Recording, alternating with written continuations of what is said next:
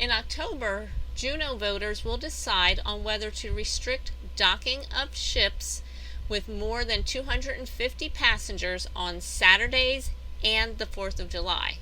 Supporters of the measure argue for managing tourism responsibly.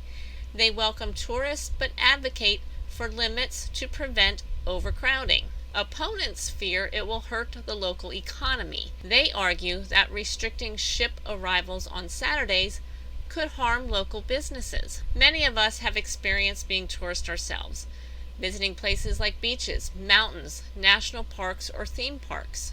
Some locations regulate the number of visitors to maintain sustainability and enjoyment.